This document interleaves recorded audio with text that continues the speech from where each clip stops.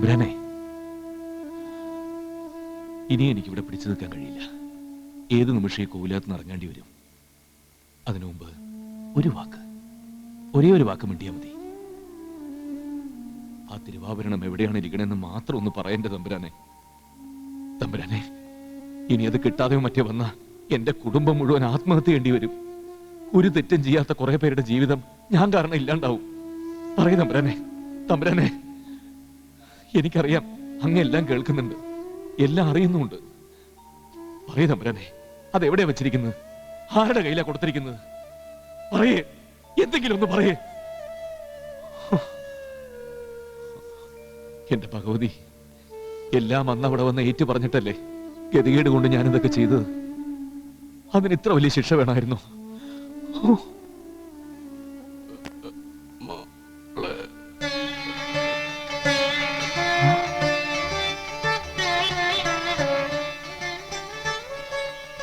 തമ്പുരാനെ,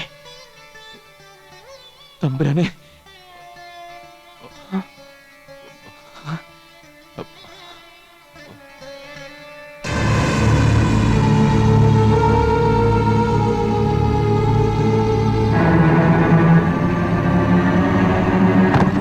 വരുവാ.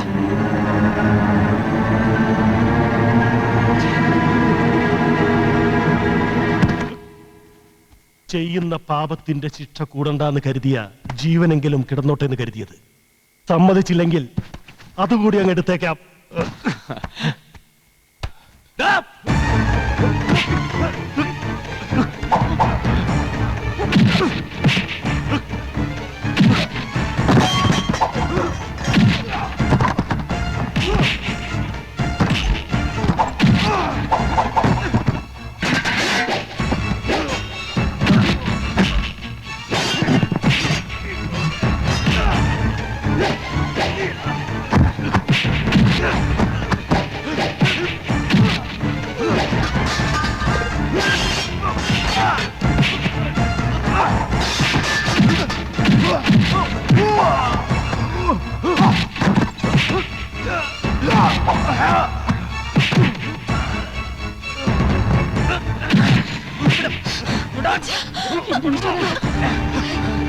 തൃപ്തിയായില്ലേ ഏട്ടനെ? കൊച്ചു തമ്പുരാട്ടി കണ്ടെത്തിയ വേളിച്ചക്കന്റെ മഹത്വം കണ്ടില്ലേ? ചോദിക്കേ, പൊന്നു തമ്പുരാനെ കൊന്നിട്ട് വേണോ പള്ളിക്കെട്ട് നടത്താനെന്ന്?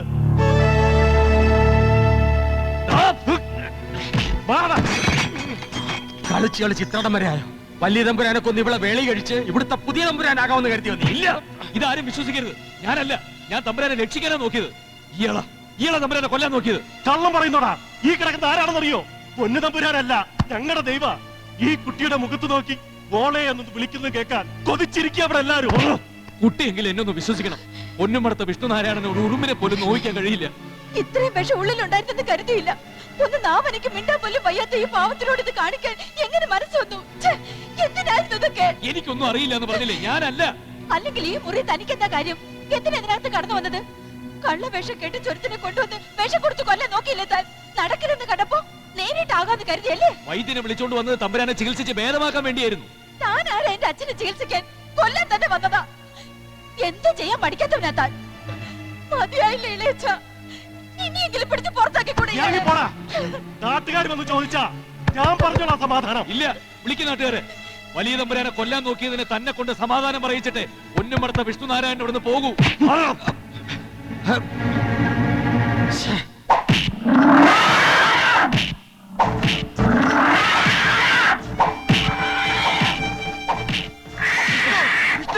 എന്താണ് നീ കാണിക്കുന്നത്?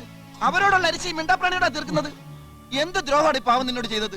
ഇവള് കാരണം ഈ കോലത്ത് കയറാൻ പറ്റിയതും വലിയ തമ്പുരാനെ കാണാൻ കഴിഞ്ഞതും. അത് നീ മറക്കണ്ട. എന്നിട്ട് എന്താ നേടിയത്? എന്റെ കണ്ണി പെട്ടില്ലായിരുന്നു അയാൾ ആ തമ്പുരാനെ കൊന്നനെ. അറിയോ നിനക്ക്?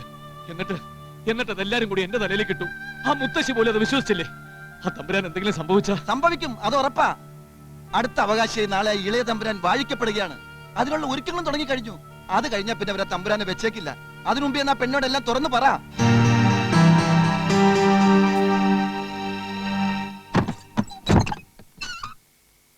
എന്താ എന്താ തനിക്ക് വേണ്ടത്? കടന്നു പോകാനാ പറഞ്ഞ് എല്ലാരും വിളിച്ചു കൂട്ടും ഞാൻ. വിളിക്കേ നിക്ക്. എനിക്ക് പറയാനുള്ളത് മുഴുവൻ നീ കേൾക്കണം. കേൾക്കാതെ തന്നെ ഞാൻ വിടില്ല. വേണ്ട, എനിക്കൊന്നും കേൾക്കണ്ട. തന്റെ നാവിന്ന് വരുന്ന വാക്കുകൾക്ക് പോലും വിഷമുണ്ടാവും. ഇതെന്തിനാണെന്നറിയാമോ?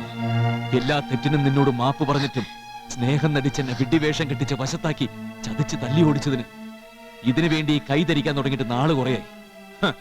അതിന് പകരം വീട്ടാനാണ് പന്തയക്കരുവായി നിന്നെ ചോദിച്ചെന്ന് നീ കരുതി കാണും. അല്ല, നിനക്ക് തെറ്റിപ്പോയി. നീ പറഞ്ഞില്ലേ കൊട്ടാരത്തിലെ പൊന്നും പണവും മോഹിച്ചാണ് ഞാൻ നിന്റെ പിന്നാലെ നടക്കുന്നതെന്ന്. ശരിയാണ്, അത് മാത്രമേ ഞാൻ മോഹിച്ചിട്ടുള്ളൂ. എന്തിനാണെന്നറിയാമോ?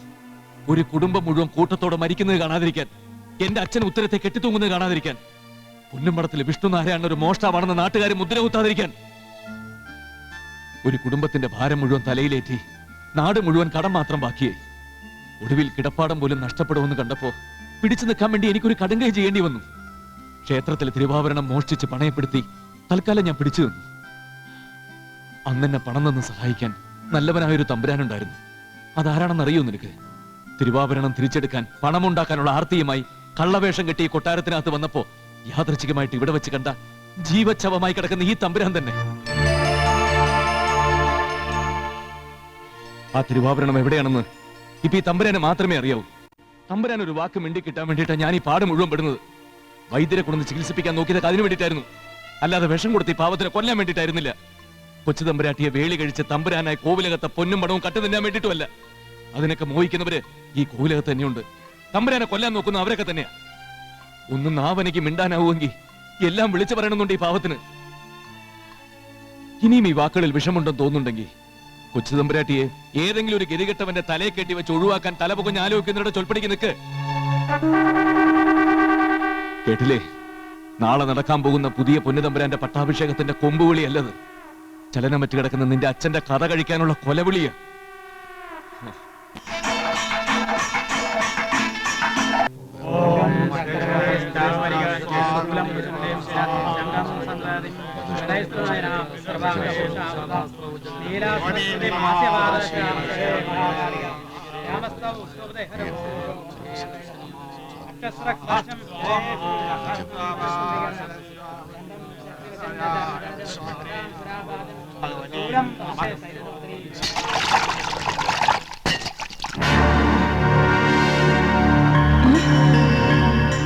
കല്യാണി എന്തായി കാണിക്കുന്നത്? ഇല്ല, എന്റെ അച്ഛൻ ജീവിച്ചിരിക്കുമ്പോ ഇത് ചെയ്യാൻ ഒരിക്കലും ഞാൻ സമ്മതിക്കില്ല.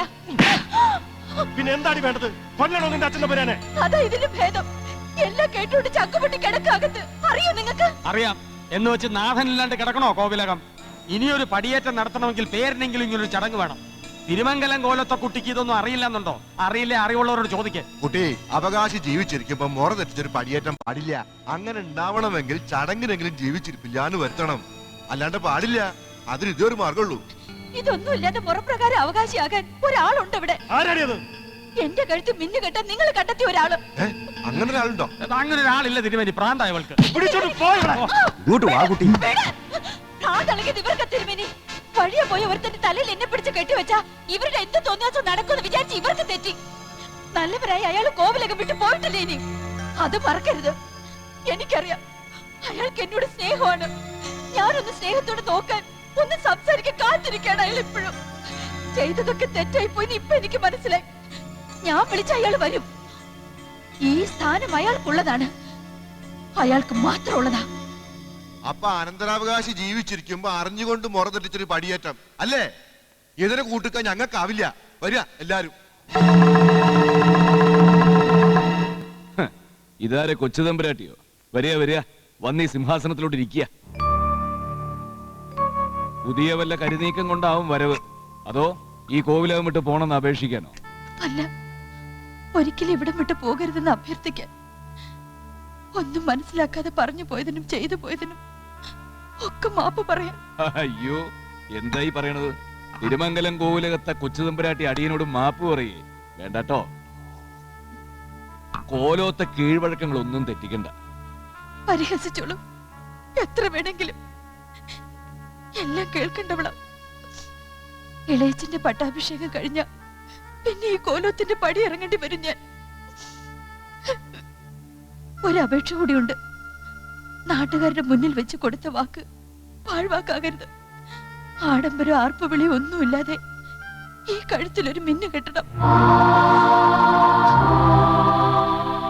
മുറപ്രകാരം ഒരു അവകാശം ഉണ്ടാവണം ഈ കോലത്തിന്.